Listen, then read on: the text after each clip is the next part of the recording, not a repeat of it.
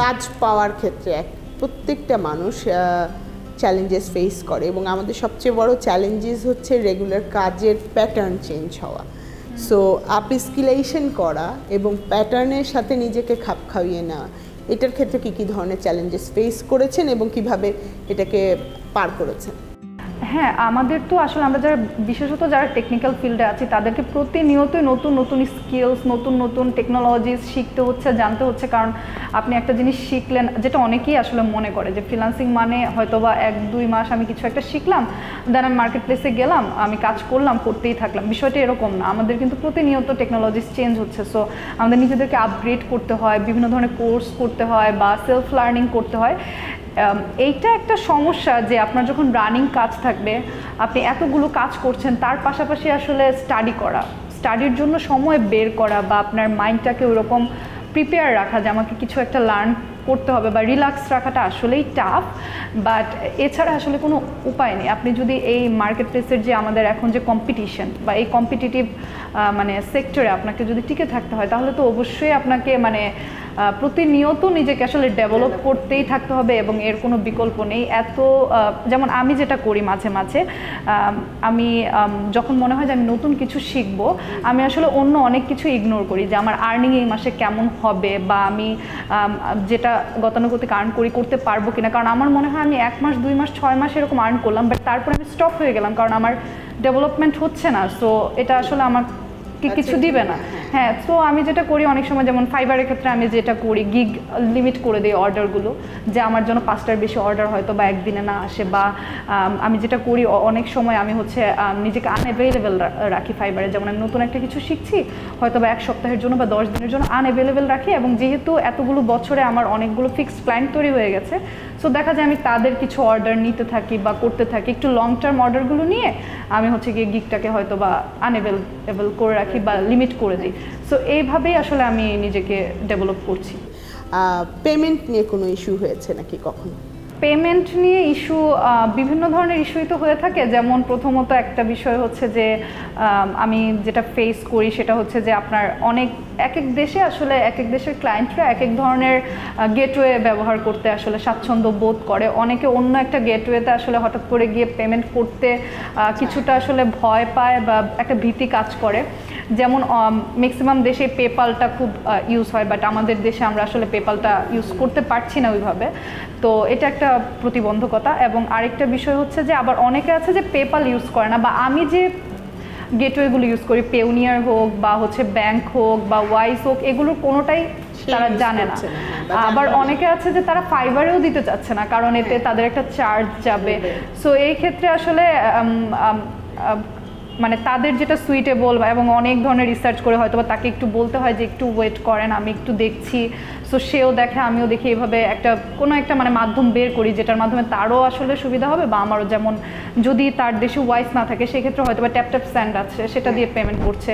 বা তার দেশে যদি হচ্ছে গিয়ে আমার যেহেতু পেপাল নেই, সে হয়তো আমাকে পেওনিয়ারে করে দিচ্ছে সেরকম, বা রেমিটলিতে করে দিচ্ছে। সো এইভাবে আসলে অনেকগুলো গেটওয়ে নিয়ে কাজ করে এই প্রবলেমগুলো আসলে আমি সমাধান করি। তার মানে চ্যালেঞ্জেস আসবে এবং বিট করতে হবে চ্যালেঞ্জেস, তাহলে that one is equal to success. So আমি একদম শুরু থেকে শেষ পর্যন্ত যদি একটা একটা করে চ্যালেঞ্জেস বলি, তাহলে একদম শর্টে আপনি কি কি চ্যালেঞ্জেস ফেস করেছেন? চ্যালেঞ্জেস ফেস করেছি যে আসলে আমি যেটা বলছিলাম যে আমার আসলে ফ্রিল্যান্সিং শেখার গোল ছিল না, আমার গোল ছিল যে আমি ওয়ার্ডপ্রেস শিখবো ওই টাইমে। তো আমার ওয়ার্ডপ্রেস শেখার খুব ইচ্ছা ছিল। তো আমি আসলে অনেক খুঁজছিলাম যে আসলে কোন ইনস্টিটিউশন থেকে শিখবো। এবং এখন এই 4-5 বছরে যত পরিমাণে ইনস্টিটিউশন বা কোর্স আসলে রয়েছে এখন অ্যাভেলেবেল, তখন এতটাও ছিল না। এবং একটা বিশ্বস্ততার ব্যাপার ছিল যে আমি একটা জায়গায় পে করবো, আসলে তারা আমাকে কতটুকু রিটার্ন দিবে বা আমি কতটুকু সাপোর্ট পাবো। সো সেই ক্ষেত্রে আমি যেটা করেছি, আমি মনে হয় প্রায় 1 মাস মিনিমাম আমি এটা নিয়ে জাস্ট মানে দেখেছি ফেসবুকে বা আমি গুগল করে যে বাংলাদেশে কোথায় কোথায় কোন ধরনের ইনস্টিটিউশন আছে, কারা ফিজিক্যালি ক্লাস করাচ্ছে, কারা লাইভ ক্লাস নিচ্ছে। এবং আমার যারা সিনিয়র ছিল তাদের কাছ থেকে কিছু গাইডলাইন্স বা কনসালটেশন নিয়েছি যে আসলে কাদেরকে রেকমেন্ড করেন বা এরকম। সো সেখান থেকে রেকমেন্ডেশন পেয়ে আমি আসলে মানে কোর্সে ভর্তি হই, কোর্স করি। তো আমার মনে হয় যে রিসার্চ আমাদের আসলে প্রত্যেকটা ফিল্ডেই, সেটা গুগল রিসার্চ হোক বা আর্টিকেল দেখে হোক বা যে ওয়েতে আসলে প্রিফার করে, আমার মনে হয় এর কোনো বিকল্প নেই যে কোথা থেকে আমি শিখবো। এবং আরেকটা জিনিস হচ্ছে আপনাকে নেটওয়ার্কিং বিল্ড আপ করতে হবে, এবং এটা আপনার একদম মানে কি বলবো আর্লি এজ থেকেই করতে হবে। যেমন আমি ইউনিভার্সিটি বলেন বা কলেজ বলেন, আমি সব জায়গায় আমি একটা সার্কেল বা হচ্ছে গিয়ে আমার একটা নেটওয়ার্কিং থাকতো, যে আমার সিনিয়রদের সাথেও ভালো একটা আন্ডারস্ট্যান্ডিং আছে, জুনিয়রদের সাথে আছে বা আমার ফ্রেন্ডসদের সাথে আছে, যাতে এক একজন এক এক ফিল্ডে থাকলে তাদের কাছ থেকে আমি ইনফরমেশন নিতে পারি এবং সেটাকে আমি কাজে লাগাতে পারি। ওকে, তার মানে networking is a big opportunity to overcome that one. So আরেকটা জিনিস নিয়ে যদি বলি যে সামনে আমরা জানি যে আমরা সামনে 4th ইয়ারের সাথে অলরেডি অ্যাডজাস্টেবল 5th ইয়ার আসছে। সো ওপেন এআই আসাতে কখনো কি এটা মনে হয়েছে যে আমার কাজগুলো কনভার্ট হয়ে অন্য কোথাও চলে যাবে বা সামনে কাজ পাবো না, আমি কোনো ধরনের চ্যালেঞ্জেস ফেস করছি এই ধরনের আধুনিক প্রযুক্তির কারণে? আসলে আর্টিফিশিয়াল ইন্টেলিজেন্স তো আমাদের লাইফটাকে মানে অনেক দিক থেকে অনেক ইজি করে দিয়েছে, আবার কিছু দিক থেকে আসলে ডিফিকাল্টও করে দিয়েছে। যেমন যেটা আপনি বলছিলেন যে কাজের পরিমাণ কমে যাওয়া বা আসলে আমি কাজ পাবো কিনা এই ধরনের একটা মানে আশঙ্কা ভেতরে আসা। সো এটা অবভিয়াসলি আমরা এটা নিয়ে আসলে চিন্তা ভাবনা করি বা অদূর ভবিষ্যতের কথা চিন্তা করি, কিন্তু আমার মনে হয় এইটাকেও আমরা আসলে মানে মানুষ আমরা আসলে পাই না এমন কিছু নেই, এটাকেও আমরা আসলে পজিটিভ ওয়েতে কনভার্ট করতে পারি।